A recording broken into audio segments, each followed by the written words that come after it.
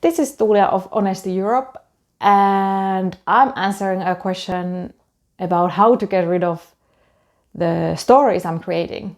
I was just looking so I get the phrasing right. Well, the simple answer is you can't.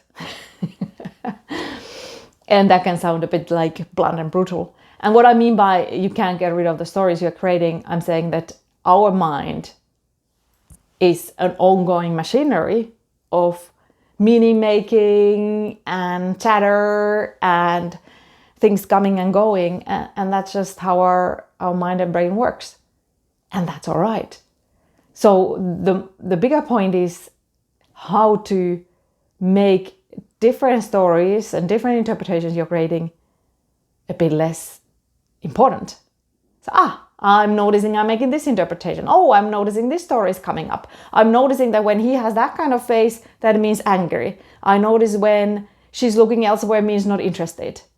I'm noticing I'm creating a story, him coming late from work, meaning that he went for a beer or is cheating on me or doesn't want to come in the time agreed or doesn't give a shit about me or hates the food I'm cooking or whatever.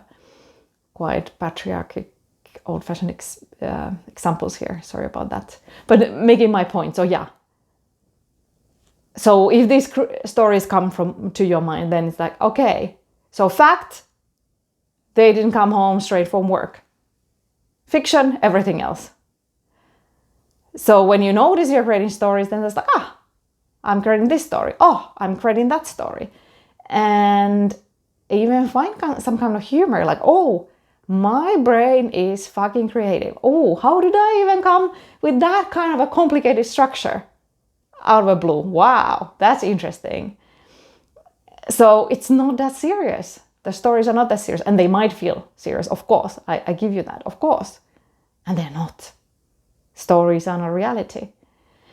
And then, of course, another thing is when we start to spin around in our stories, okay, that look on the face means so and so, and when they said yesterday that, it meant so and so, and blah, blah, blah, blah, then how to make them less important, meaningful is getting grounded in your body. I notice the sole of my feet against the floor. I notice my butt on the seat. I notice the touch of the hair against my face. I notice the movement in my chest. I notice the sensation of breathing in my stomach, in my chest, in my throat, and in my nostrils. So kind of slow down, notice the sensations, maybe do some other noticing.